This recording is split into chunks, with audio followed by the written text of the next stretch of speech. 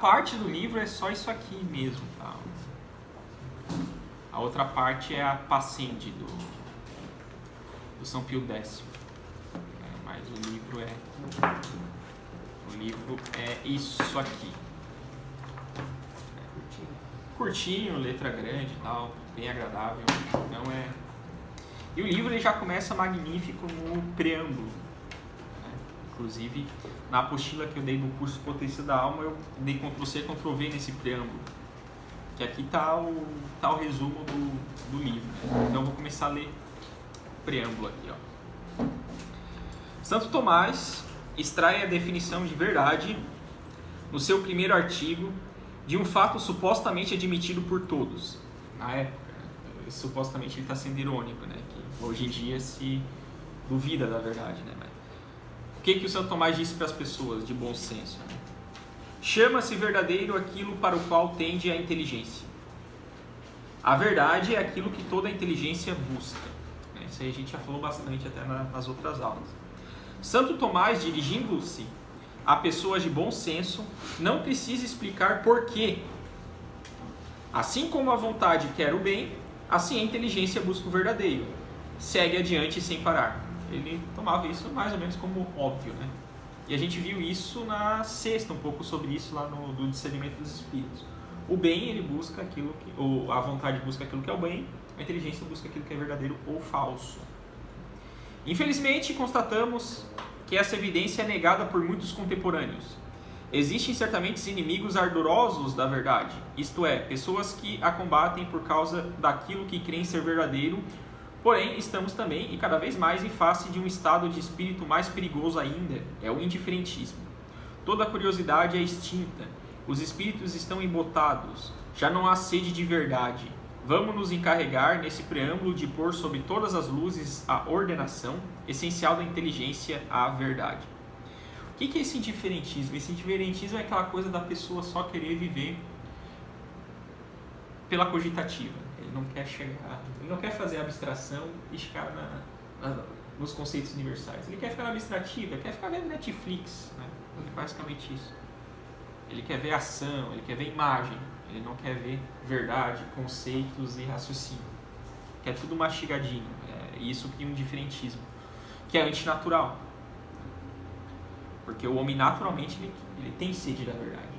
Ou seja, o bombardeio tem que ser... Para o cara perder o gosto pela verdade, o bombardeio cultural tem que ser muito grande para embotar, né? Essa fome de sabor, né, que a gente tem naturalmente. E não somente porque essa ordenação é o ponto de partida do estudo de Santo Tomás, mas porque aqui se verifica mais uma vez o adágio. Não se faz beber um asno que não tem sede. Então, esse adágio é importante. Se o asno não quer beber, não tem jeito. Não dá para enfiar a verdade. Vai estudar. Se a pessoa não quiser estudar, não estuda. Para isso, compreendamos bem o método por seguir. Queremos esclarecer o seguinte fato. A inteligência de todo homem é feita para a verdade. Assim como a retina é feita para receber a luz e o pulmão o oxigênio. A inteligência também necessita conhecer a verdade. É a sua própria vida. Contudo, essa afirmação, se não pode demonstrar, também não é discutível. É uma evidência. Então isso é importante. Como é que eu provo que a nossa inteligência repousa na verdade, ou ela quer a verdade? Isso é evidente, é óbvio. Quem é que quer mentira? Deveria ser evidente. Diante de uma evidência, só temos duas coisas a fazer. Constatar que ninguém poderia mudar de assunto, neste ponto é preciso observar o comportamento humano, e, a seguir, examinar com atenção cada um dos termos da evidência, de modo que a sua conformidade salte aos olhos. 1. Os homens vivem de verdades. Aqueles que negam a existência de princípio, isto é, verdades ao mesmo tempo indemonstráveis e indiscutíveis, Aristóteles respondia simplesmente: não é preciso pensar em tudo o que se diz. Em outras palavras, você pode sempre negar essas verdades com a sua língua, mas o seu espírito não pode recusá-las sem destruir-se e você as utiliza sem cessar. Um simples olhar na vida dos homens permite-nos constatá-lo. Observemos o homem supostamente mais indiferente à verdade existente. Ele nos mostrará que se pode negar com a boca a necessidade da verdade, na sua vida inteira, porém, é tensionada por esse desejo. Este homem nasceu como todos. Então, o que foi que ele disse? Não parou de perguntar por quê, o que é isto? Através dessas perguntas, a verdade das coisas que reclamava. Lembra aquelas perguntinhas que eu falei? Como é que a gente sai do sensível pro abstrato, né? Pro universal? Agora a gente começa a perguntar por quê, pra quê, o quê. Primeiro o quê, por quê, pra quê? Pra gente entender a finalidade, né? Por que das coisas. Aí as coisas vão se encaixando, você vai começando a ter a visão universal, né? da realidade quando você faz essas perguntas. Por quê, para quê, o que é isto? Tendo crescido, vai à escola, talvez tenha a cursar longos anos na universidade. Por que tantos esforços? Sobre o que versavam seus exames? Sobre a verdade. É o verdadeiro que se encontrou a ele, pouco a pouco. É o verdadeiro conhecimento das coisas que se esperava dele. Então a gente vai para a escola não para aprender verdade, não para aprender mentira, mas para aprender a verdade. Embora tenha professores de história que só ensinam mentira, filósofos também. Tá. Isso aí é outro assunto. Terminados os estudos, deseja-se casar-se. Então, mais do que nunca, o que exige da sua futura esposa? A verdade. A verdade do seu sim, a verdade do seu amor. Por nada no mundo quereria construir sua vida conjugal sobre uma mentira.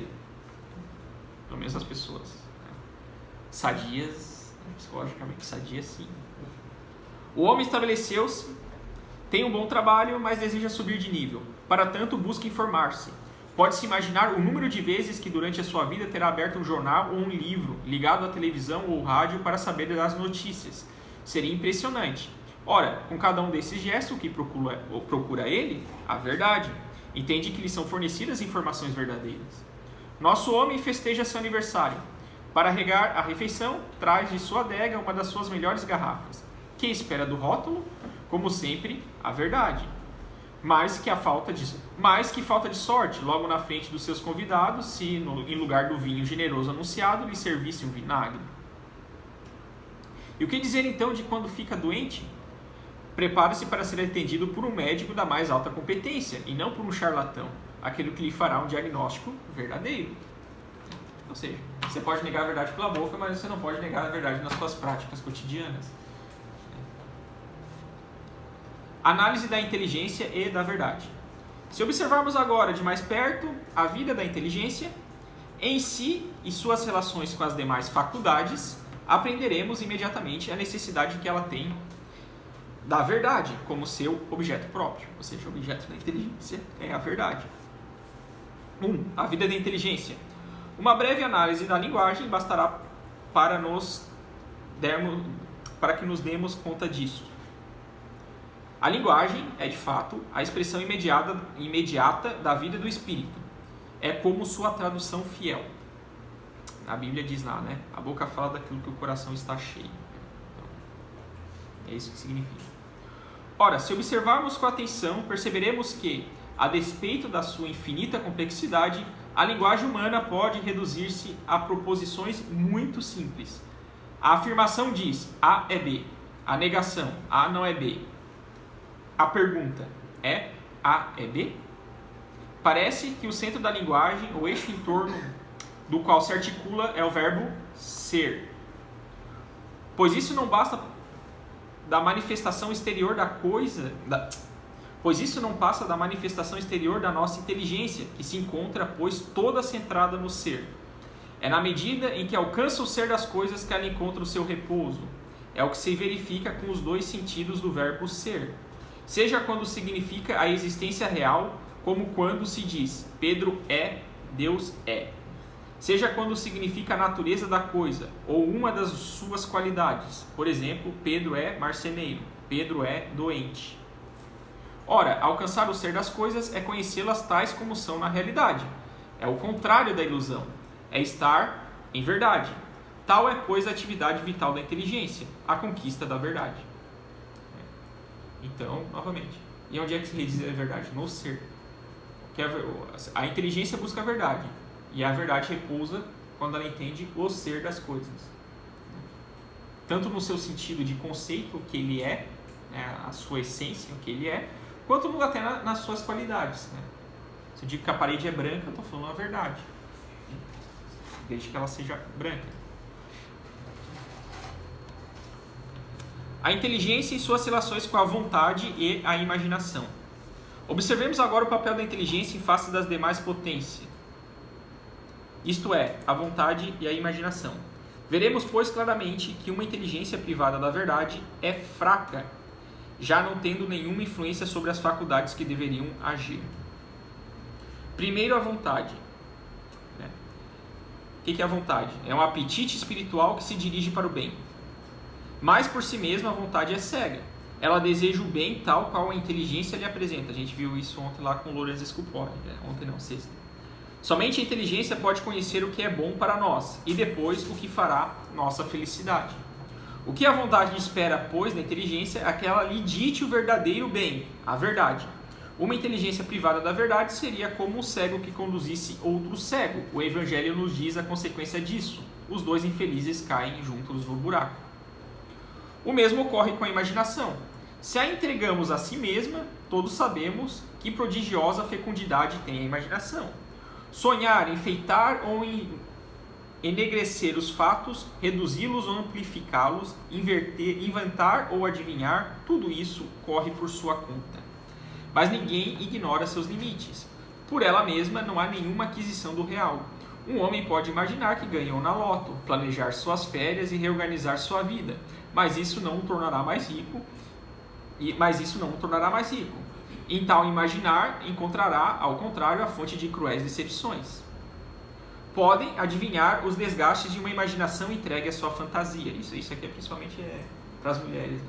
A imaginação das mulheres é muito mais agitada que a do homem em geral.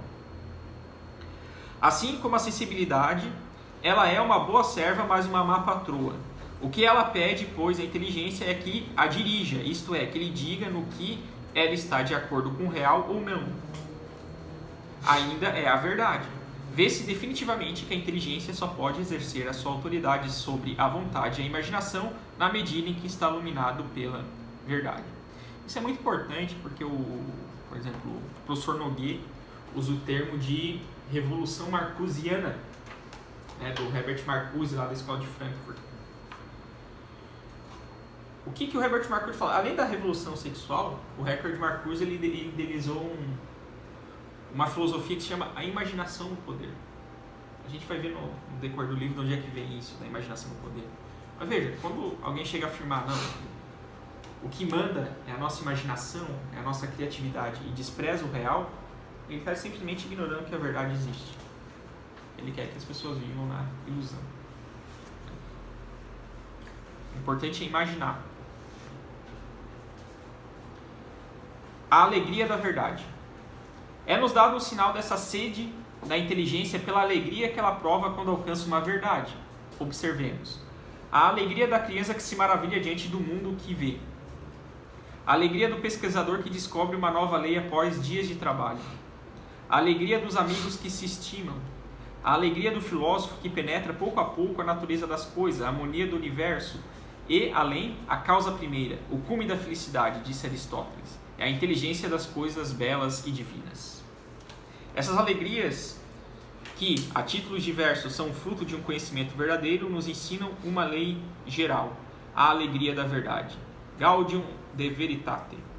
Muito fraca para as verdades de ordem inferior, ela se torna universal e triunfante quando se põe sobre as realidades mais altas. Concluamos este preâmbulo olhando o caminho percorrido. Os homens vivem necessariamente com a ideia da verdade. A posse da verdade é a própria vida da inteligência. É a condição para cumprir o seu papel sobre as demais potências. É a fonte dessa alegria. Fica claro, pois, que o indiferentismo em face da verdade é um erro contra a natureza. Negar a necessidade da verdade é negar a própria inteligência, é rebaixar o homem ao plano do animal. É aquele desenho lá, né?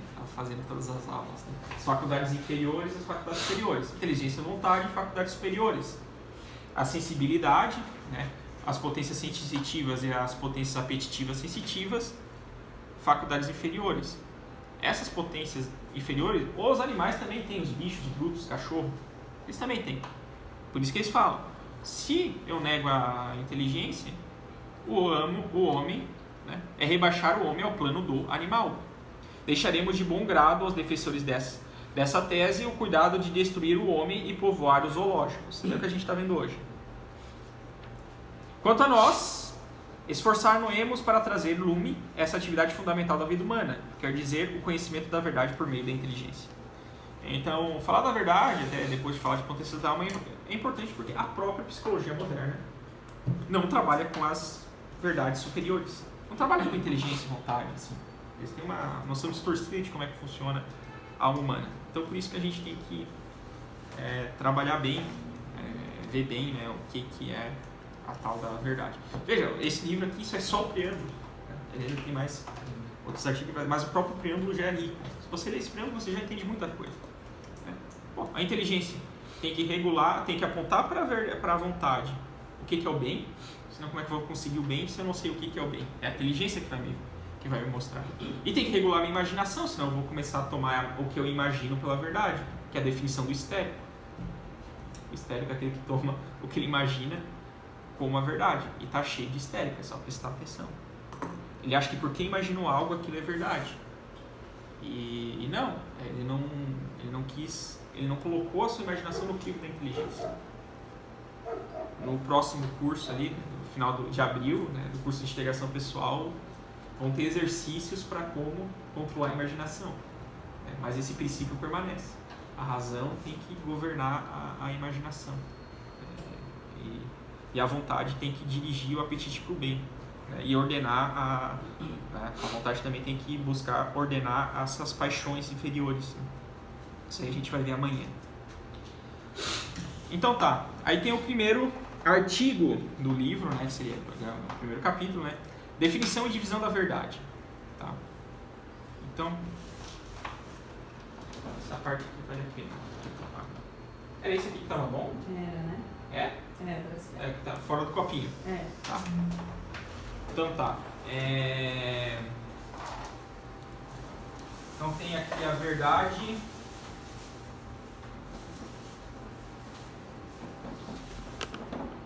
ontológica.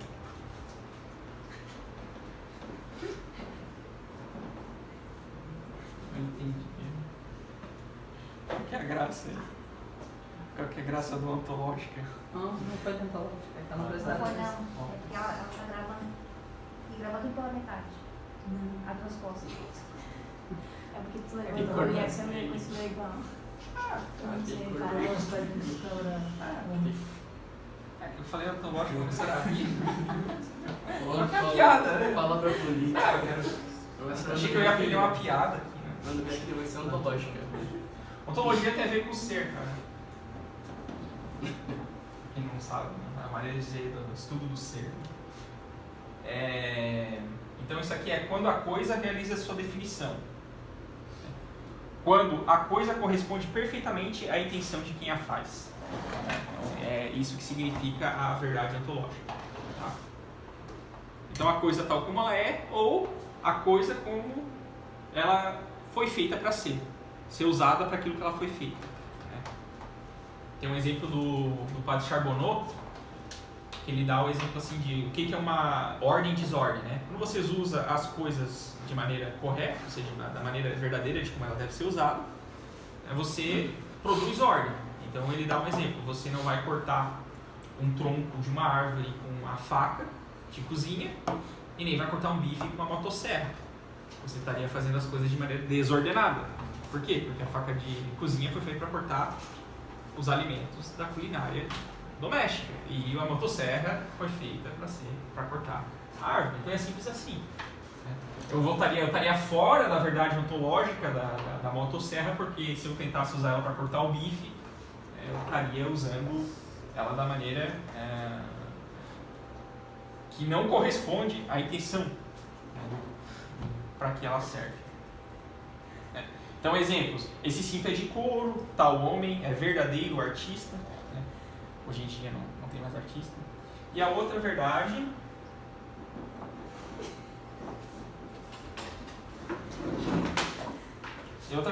é a lógica. Vamos sentar daqui a pouco. Vocês não sabem, menina, quando começa a rir, vocês não acham que vocês vão dar pronto, vai ter uma crise de Tá rindo de nervoso. Acabou-se. Agora, cada vez que ela sentar, ela Eu vai vou te achar. cortar isso. Não, acho que com a gente Verdade lógica. Verdade lógica, né? A verdade lógica tem a ver que se tal propósito ou asserção é verdadeira. Se o que eu digo não corresponde com o real, então é falso. Ou seja, aqui está a verdade mais propriamente que está no intelecto.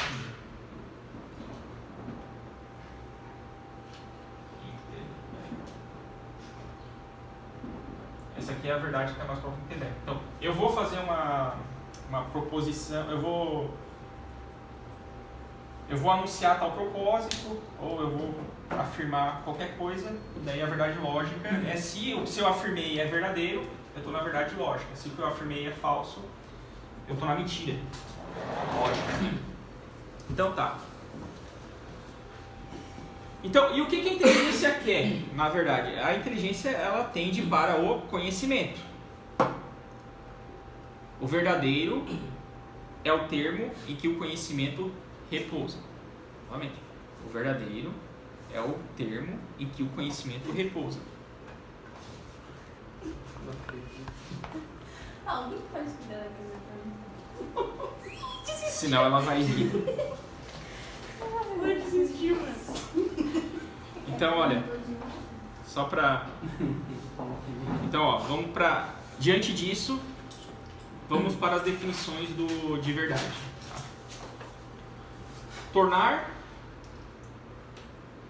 Tornar conforme quer dizer que a forma, isto é, olha a palavra forma de novo, isto é, a determinação que aperfeiçoa daí em diante a inteligência, a luz que a clareia é uma similitude da coisa conhecida. Então, novamente, a gente entra naquela definição. O que é a verdade? Adequação do intelecto à coisa. É uma relação. Verdade é sempre relação. Então, o que a gente faz? A gente apreende a forma da coisa, que ela vai para o nosso intelecto. A gente se aperfeiçoa, porque a gente já começa a gente tem adquire um conhecimento que não tinha antes, a nossa inteligência, então a gente se aperfeiçoa, né? E é como uma luz que clareia. Por quê? Porque o que eu trouxe para o meu intelecto, né, é uma similitude da coisa conhecida. Outra, a inteligência que conhece é verdadeira, ela está na verdade, enquanto tem uma similitude com a coisa conhecida. Similitude que é a sua forma, tanto quanto a conhece. A inteligência é verdadeira na medida em que está identificada a coisa conhecida. Encontra-se a verdade na inteligência na medida em que ela apreende a coisa tal qual é. Acaba de fazer um caminhozinho, né? Encontra-se, daí sabe quando tu faz aqui encontra aqui, porque uma leva a outra, uma leva a outra. Isso. Não, ele só está falando tudo a mesma coisa com palavras diferentes. Na verdade, isso são citações da Suma Teológica, do De Anima. São citações sobre... Ele faz caminhozinhos, né? ele está falando a mesma coisa. Mas em momentos diferentes. Bota diferente pra ele. Outra coisa... Isso é o que exprime essa definição de verdade formulada por um filósofo árabe do século X, Isaac, e reproduzida aqui por Santo Tomás. Veritas et adequatio rei et intellectus. A verdade é a adequação, ou seja, conformidade, correspondência entre a inteligência e a coisa. Aí, isso aqui a gente está tudo careca de saber, né? Então, vem a pergunta. Essa definição, adequação da inteligência à coisa, do intelecto à coisa, ela está completa? É só isso? Aí que vem uma complementaçãozinha que vale a pena dizer. Ela não está completa, porque eu preciso saber em que ato do intelecto reside a verdade repousa. E daí só depois eu explico mais à frente, mas é no julgamento. Então, sim, a verdade é a adequação do intelecto à coisa. Mas não é a mera apreensão da coisa que vai me dar a verdade. É o julgamento que eu faço. E esse julgamento tem que estar conforme a realidade. Então, mas a gente vai ver isso mais à frente. Quando eu consigo... Então, quando a minha inteligência ela traz esse conhecimento, essa similitude com a coisa conhecida, né, o resultado é que o sujeito que inteligiu, ele é transformado, ele é aperfeiçoado por tal ou qual característica do objeto.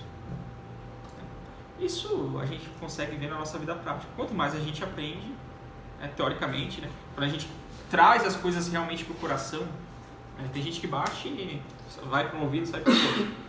A pessoa não internaliza, ou seja, não traz para o coração, não traz para o coração aqui para a inteligência, para a vida interior, né? Mas quando ela traz para o coração, ela começa a meditar e tal, ela vai operando transformações na pessoa. Uma pessoa que tem uma vida de estudos e você não vê progresso, não vê melhora, tem algo errado. Ela não está estudando direito. Ela só está lendo por ler, porque não é o resultado de quem vai aprendendo a verdade, uma verdade vai levando a outra tal, é que ela vai se aperfeiçoando, porque ela vai aprendendo mais coisas da realidade.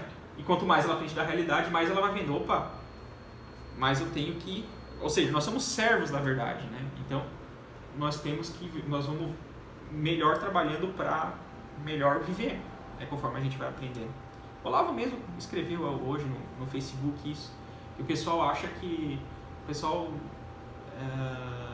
a autocultura é uma coisa só para se deleitar tal. Não, a autocultura é para você se transformar, você vai adquirindo conhecimento.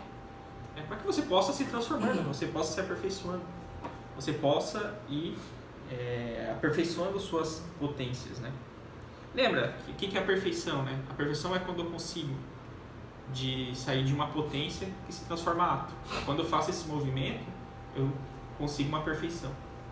Aí virou ato, esse ato carrega em si novas potências. Aí eu me movimento de novo, outra perfeição.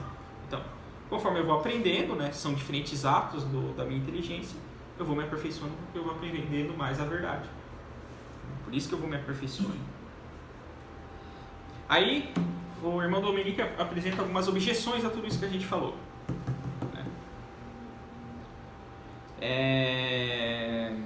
E objeções bem comuns. Né? A primeira objeção diz a respeito da sinceridade da verdade. Tem gente que afirma que é o seguinte, que o que importa é estar bem consigo mesmo. Ninguém nunca ouviu isso? O que importa é dizer o que pensa, ser espontâneo. Então eles acham que a verdade é isso. A verdade é ser espontâneo, dizer o que quer, né? O que vem à mente, né? Para ficar bem consigo mesmo. Né? Aí, isso é verdade? Resposta, não. Né? Por quê? Porque nesse caso a verdade deixa de ser adequação. Eu só estou nisso aqui. Eu só estou falando o que vem na minha cabeça e eu estou esquecendo da relação com o ser. Mais importante de eu falar o que eu penso é falar o que é verdade. Né? Mais importante de eu dar a minha opinião é dar uma opinião verdadeira. Não basta eu dar uma opinião qualquer um dá. É só ver o Facebook. Qualquer idiota dá uma opinião no Facebook. Agora o problema é eu tenho que dar uma opinião verdadeira. Aí é outra coisa. Entendeu? Claro que a sinceridade é uma coisa importante. Né? Sinceridade, quando a gente diz, não, eu preciso ser sincero. Eu preciso ser sincero é o seguinte, eu preciso dizer as coisas tal como eu a percebo. Mas isso não significa necessariamente que eu esteja percebendo corretamente. Alguém pode chegar a chamar a minha atenção, não, mas tu tá errado nisso, porque tal. Tem muito petista, se a gente for colocar ele no detector de mentira, você acha que o Lula é inocente? Ele vai dizer, acho, e vai dar. Aí ele acha que tá falando a verdade, ele tá sendo sincero no que ele tá falando, ele acha que o Lula é inocente. Já acredita na prova mentira. Não é que ele acredita na prova mentira, ele acha que... É igual os seguidores do Edir Macedo. Eles acham que... Ele realmente acham que o Lula... A verdade para eles é que o Lula é inocente. É uma verdade. Aí tu apresenta as provas e tal. Mas qual que é o problema? Apresentar as provas, tá bom? Apresentando o quê? Seres. As provas, tá aqui e tal. Ele vai ignorar tudo, porque a imaginação do poder. Entendeu? Mas ele vai estar sincero no que ele acha. Ele tem muitos petistas que acham que o Lula é realmente inocente, que é uma conspiração tal. Ele está sendo sincero? Ele está sendo sincero. Mas ele não está na verdade. Então não basta a sinceridade. Ainda que a gente que busque ser sincero, a gente tem que ser sincero com humildade. Sempre tentando que a nossa sinceridade se adeque à verdade. Um exemplo que o irmão Dominique usa é o Hitler. Hitler, ele era sincero com o que ele acreditava. Na superioridade da raça, assim, ele era bem sincero. Stalin também. Eles eram sinceros, mas eles eram verdadeiros? Claro que não.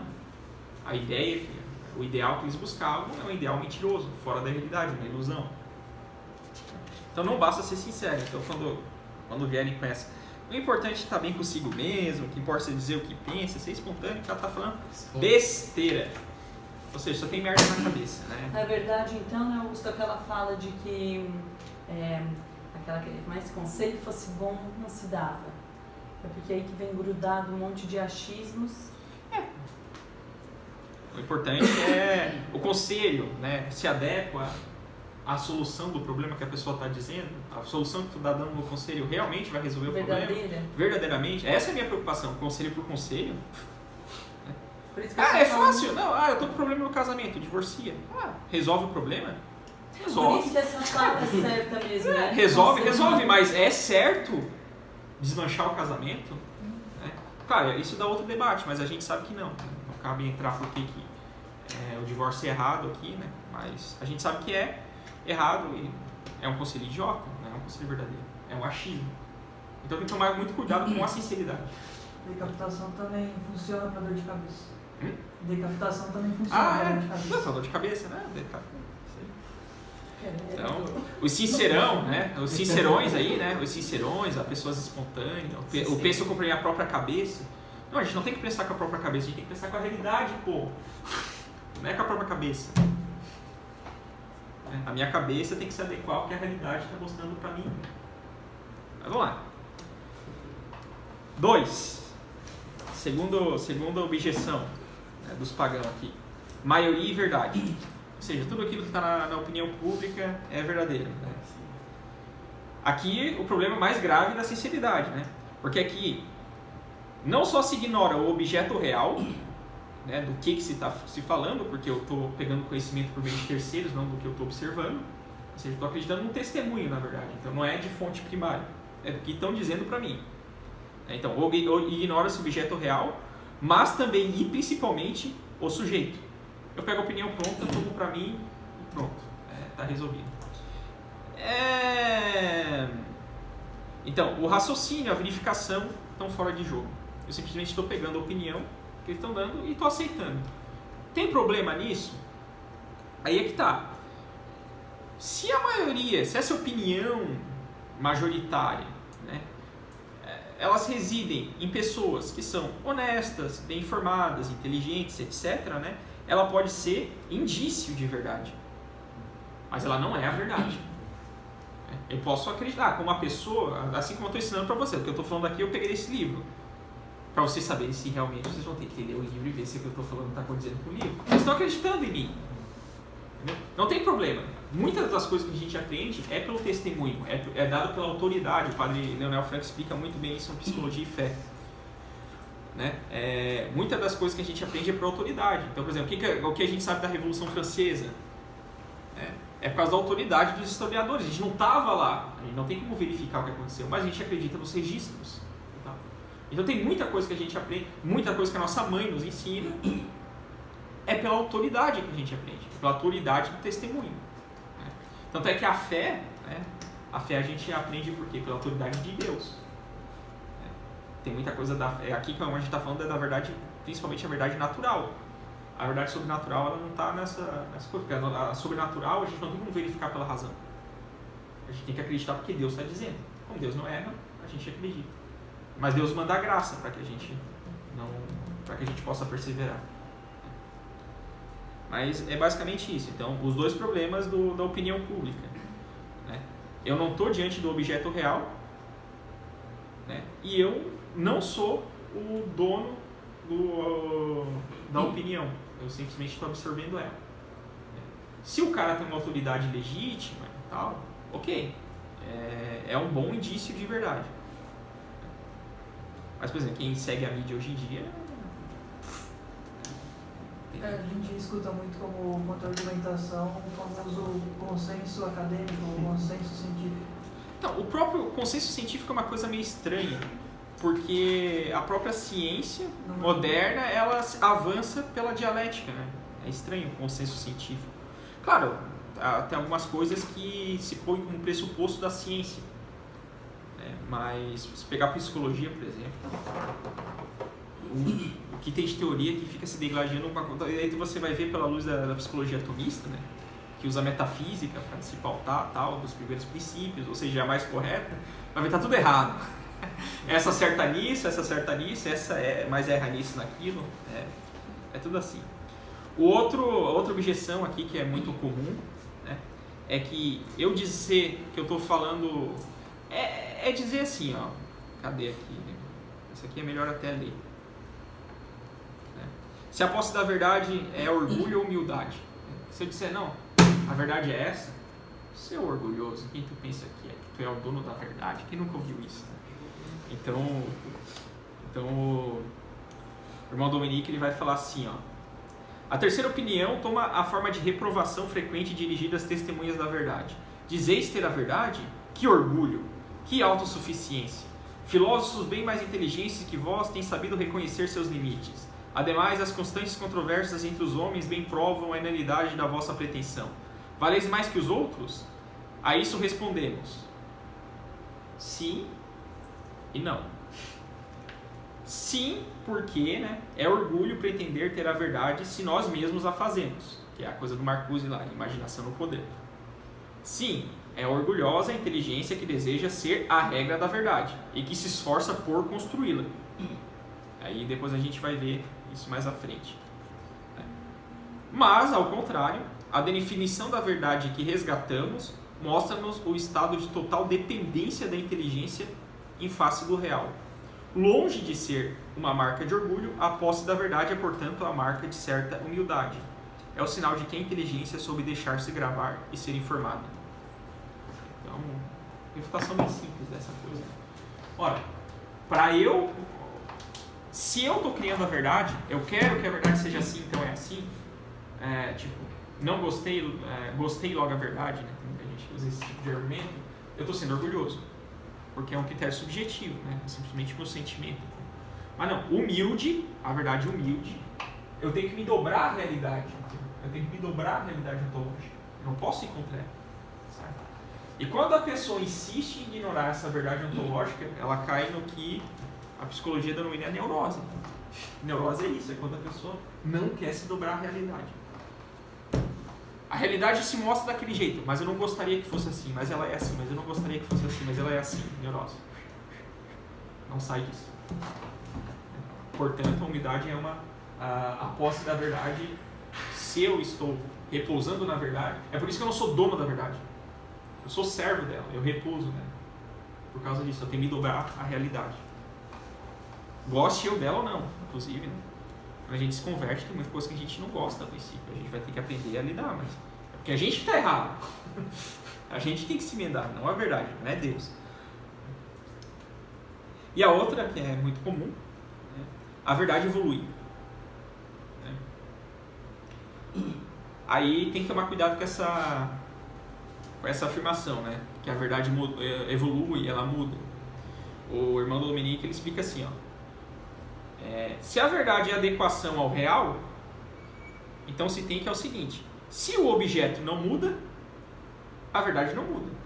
Se o objeto muda, a verdade muda. Então, por exemplo, uma criança de 5 anos, eu digo, ela tem 1 metro. Tá, ok. É verdade. Ela com 15 anos, se eu disser ela tem 1 metro, é mentira. Ela vai ter mais, ela cresceu. Ou seja, essa verdade mudou. Então, o objeto mudou, a verdade muda. O objeto não muda, a verdade não muda. O problema é, existem objetos, principalmente os conceitos universais, que não mudam. O homem é animal racional. Pronto. Quem nega a racionalidade do homem, como muitos fazem, principalmente a psicologia moderna, ou duvida muito da capacidade do homem aprender a verdade, quem faz isso, quem nega isso, está negando uma verdade universal. Ou seja, universal. Vale para todo aquele objeto e tem um caráter eterno. Vai ser sempre assim, vai ser sempre assim. A não ser que ocorra uma mutação, todo mundo vira tartaruga ninja, o homem vai continuar sendo animal racional. Senão vai virar tartaruga racional, se todo mundo virar uma mutação. Mas é improvável que isso aconteça. Né? Então... É uma própria contradição lógica, né? Porque ele alcança a verdade que a verdade não é alcançável. Claro, tem isso também, muito bem observado. Mas deu para entender a sutileza dessa objeção? A verdade evolui? Depende. Se mudou, a verdade muda. Mas se não mudou, e tem certas coisas que não mudam. Deus não muda, por exemplo. Os dogmas não mudam, por exemplo. Para aplicar na fé. Então, não muda. Simples. É sempre adequação ao real. Certo? O segundo artigo, então, tem a respeito daquilo que eu falei. Dizer que a verdade é a adequação do intelecto à coisa, ela não é a verdade completa. Por quê? Porque eu tenho que saber onde ela está. Né? Porque o negócio é o seguinte. Como a gente já viu,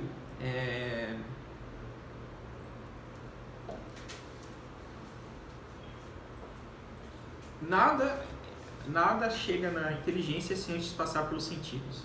Nada está no intelecto sem que antes passe pelos sentidos.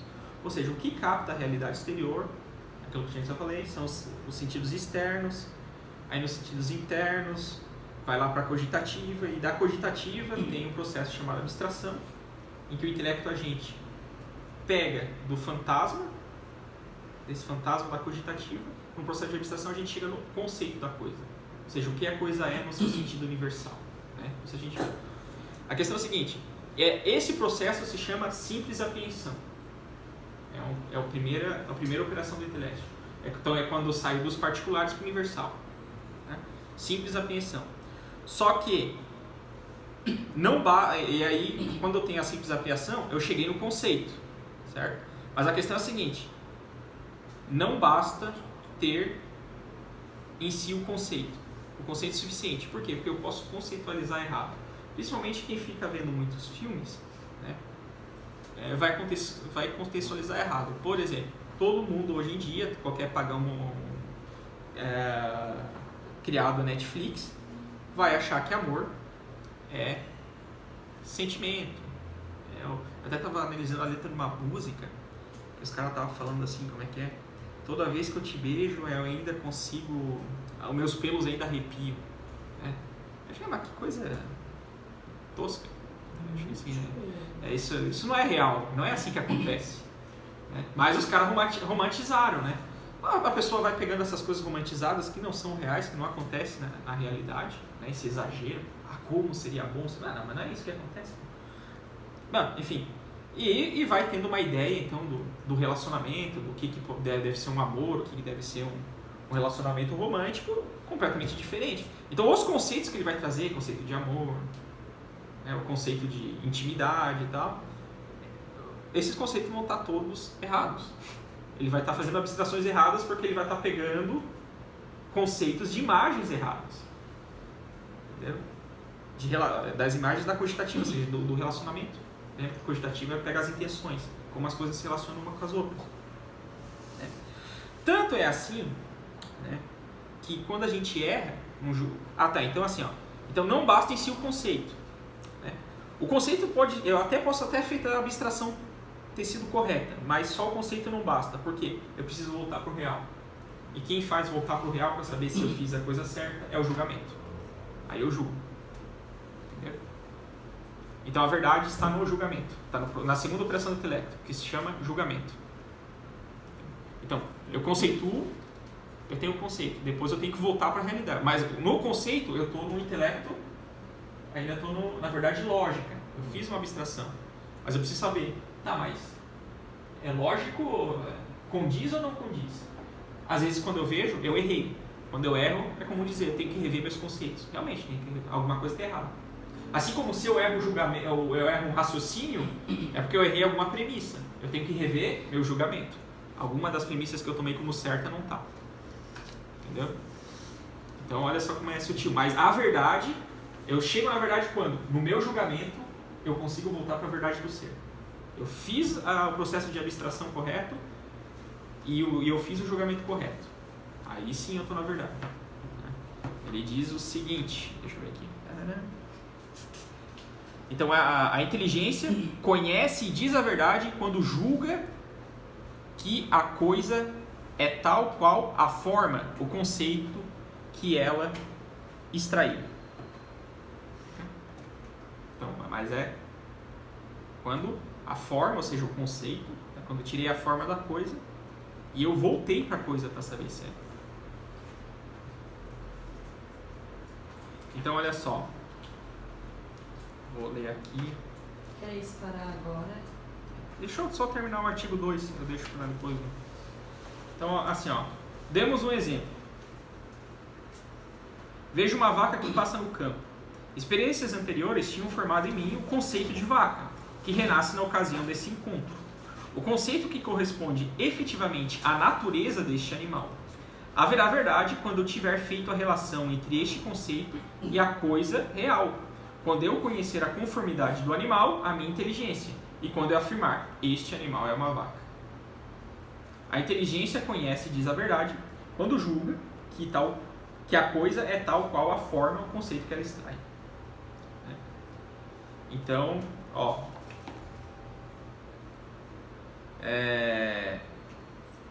Então, novamente, eu vou explicar aqui como ele... Então, nós temos dois tipos de conhecimento. Novamente, o conhecimento sensível, que é o que capta os nossos sentidos, os sentidos internos e os sentidos externos. Eles são conhecimentos? São, mas são sensíveis, esses os animais têm. E o outro é o conhecimento intelectual, que é quando eu faço a apreensão. Então, deixa eu ler aqui.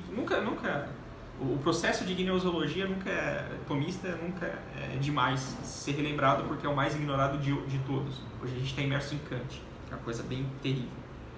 Então, ó, como os outros animais, o homem é dotado de sentidos que o abrem ao mundo exterior, permitindo-lhe certo conhecimento. O conhecimento sensível começa pela atividade dos sentidos externos: visão, audição, tato, olfato, gosto. É uma percepção imediata do objeto fisicamente presente. Cada um apreende uma qualidade particular do real, cor, som, etc. Ao receber uma similitude do sensível. O sentido da visão tem em si uma similitude do objeto visível. Então, ou seja, cada sentido externo ele pega uma característica diferente das formas sensíveis.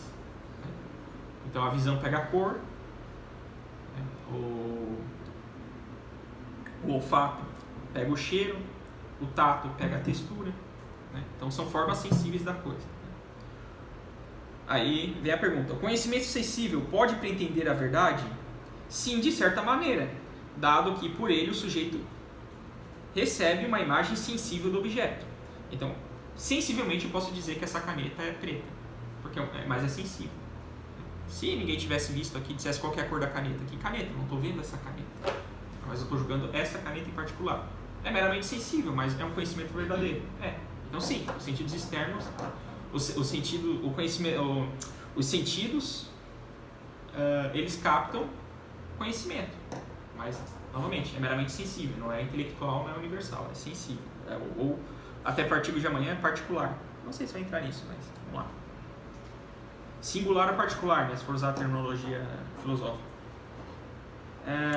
Cada sentido atinge imediatamente seu objeto e deste fato a imagem que leva é fiel ao objeto.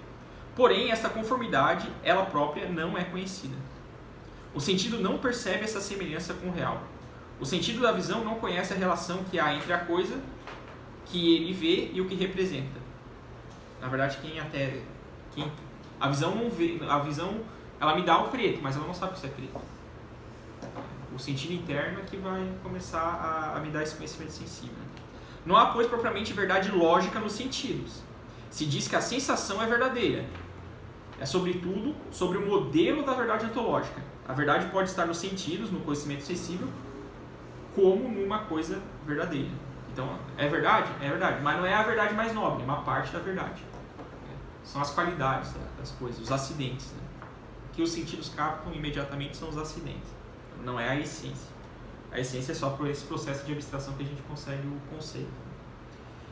Então, depois do conhecimento sensível, vem a primeira operação do espírito, que se chama simples apreensão. O conhecimento sensível, por exato que seja, não é menos limitado. Ele não nos entrega senão as características físicas do real, né? Ou também chamada formas sensíveis. Ora, o homem não se contenta com esses conhecimentos, ele quer ler mais profundamente nas coisas, quer descobrir o que as coisas são em si mesmas. Um homem, por exemplo, acaba de apanhar do seu jardim um doríforo do Colorado. Uma amiga intrigada lhe pergunta que animal é esse, e ele não responde assim. E ele responde assim.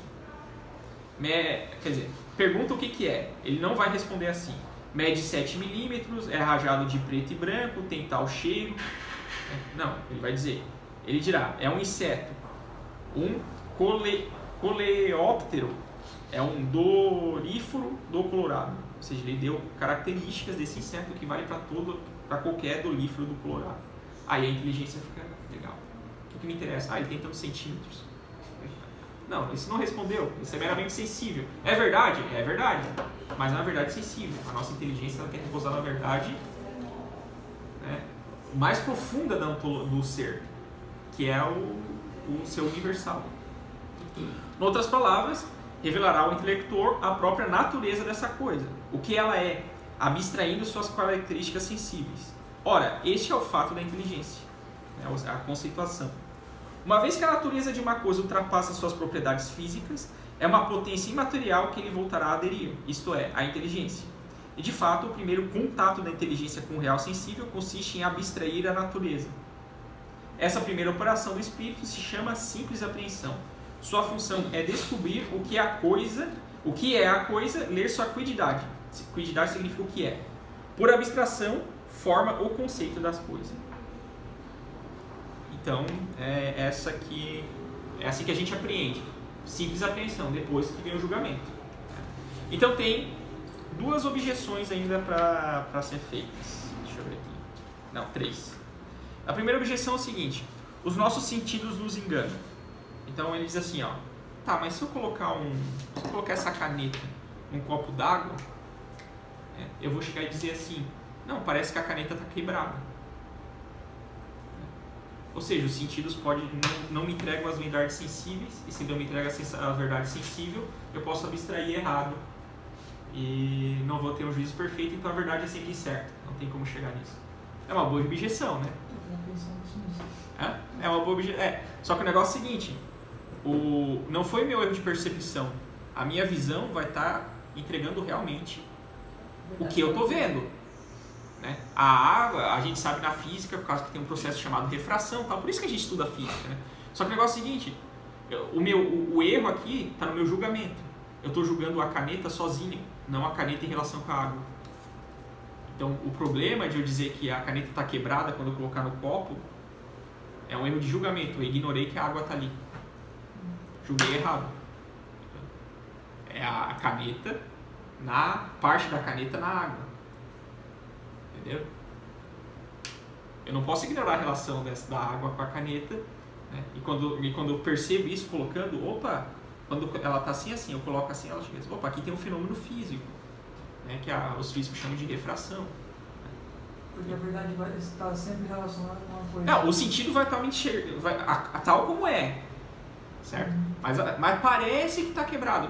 Não está quebrado, eu estou ignorando a água. Se eu ignorar a água, realmente, eu poderia dizer, não, está quebrado, mas eu não posso ignorar. Existe uma outra realidade aqui. Existe a realidade do que eu estou vendo, mas existe a realidade do contato da caneta, de parte da caneta com a água. Então não é um problema de percepção, é um problema de julgamento que eu estou ignorando a água. Então a caneta não está quebrada. Então, às vezes a gente erra porque a gente esqueceu um detalhezinho. Sabe quando a gente erra por detalhe? É isso. Teve um julgamento que faltou fazer. E que muda totalmente o que eu estava pensando. Quer ver quando eu vou julgar pessoas? Assim? Às vezes eu vou julgar a pessoa assim, de maneira muito dura. Eu nem conheço a história dela. Aí quando você conhece a história de vida da pessoa, você vê, eu fui duro demais. Por quê? Estava me faltando elementos para eu julgar. Para eu conseguir pesar melhor na hora de fazer o julgamento. Entendeu? Mas daí a gente pode julgar, uma redundância, julgar com certeza que a gente está sempre fazendo a quantidade de julgamentos necessária para obter uma verdade? Não, aqui ó, a conclusão disso aqui é a seguinte: os sentidos não nos enganam. A gente pode enganar os sentidos sensíveis. O que eu estou vendo, eu estou vendo. Sim. Se eles estão saudáveis, óbvio, né? Mas se eu estou vendo, eu estou vendo. Tal como a coisa é, sensivelmente. Mas a objeção é, não, mas se eu colocar na água vai parecer quebrado. Não. Mas aí se eu disser que está quebrado porque eu coloquei na água, é porque eu estou ignorando a água e cometendo um erro de julgamento. Mas não é um erro de visão. Não, a minha dúvida era se isso não pode acontecer em todos os casos, da gente acabar esquecendo alguma parte do julgamento, então todos os nossos julgamentos de verdade estarem completos. Às vezes você errou numa parte também. Depende, de cada caso a caso. É possível. Quanto mais complexo é a coisa, mais fácil de errar. Né? Para coisa simples, não. Silogismo simples, todo homem é mortal, Sócrates é homem, logo Sócrates é mortal. Não tem como errar, né? São dois julgamentos. Todo homem é mortal, Sócrates é homem. São dois julgamentos corretos. Logo, Sócrates é mortal. O terceiro também vai estar correto. Não tem como errar isso, mas ele é muito simples. Aí quando eu começo a entrar na discussão científica, por exemplo, de coisas complexas, aí um cara levanta... Por isso que é normal na filosofia levantar objeção. Justamente por causa disso. Não, mas tu não tá... E esse caso aqui, como é que tu explica com isso? Aí a pessoa chega, opa, não tinha parado para pensar nisso. E é assim que a coisa vai indo. Por isso que a Suma Teológica, o Santo Tomás começa com as objeções. Ele vai apresentar objeções, depois ele apresenta um sede contra, né? Uma resposta que vai contra as objeções, depois ele dá a resposta dele e depois ele refuta as objeções. Mas é normal. Por quê? Porque a gente pode errar no julgamento. A preocupação de não errar no julgamento. Então, quanto mais analítico eu for, quanto mais rígido no método, melhor. Mas, assim, nós não estamos isentos do erro. Essa que é a verdade. Mas, aqui novamente, por que eu estou falando dessa objeção? A objeção é, os sentidos podem nos entregar as informações erradas. Resposta, não. O exemplo da caneta no copo é um erro de julgamento porque eu estou ignorando a água. Eu estou tomando a caneta como se não existisse a água, mas como existe a água, existe um fenômeno de refração ali. Eu tenho que levar isso em conta para fazer o julgamento. Entendeu? Então, não procede. Segunda objeção. Todo conhecimento além do sensível é impossível aquilo que se chama pensamento ou conceito. Não passa de associação de imagens. Então ele está dizendo que não existe processo de abstração. Isso é filosofia moderna pura, tá? Não existe processo de abstração. Tudo que existe é associação de imagens. Nominalismo se chama isso. Não existe abstração. A gente não chega dos singulares para universais. O processo de abstração. A gente só fica nas imagens sensíveis. O homem não passa da cogitativa. Né? Aí responde o irmão Dominique. 3 fatos experimentais respondem a essa objeção.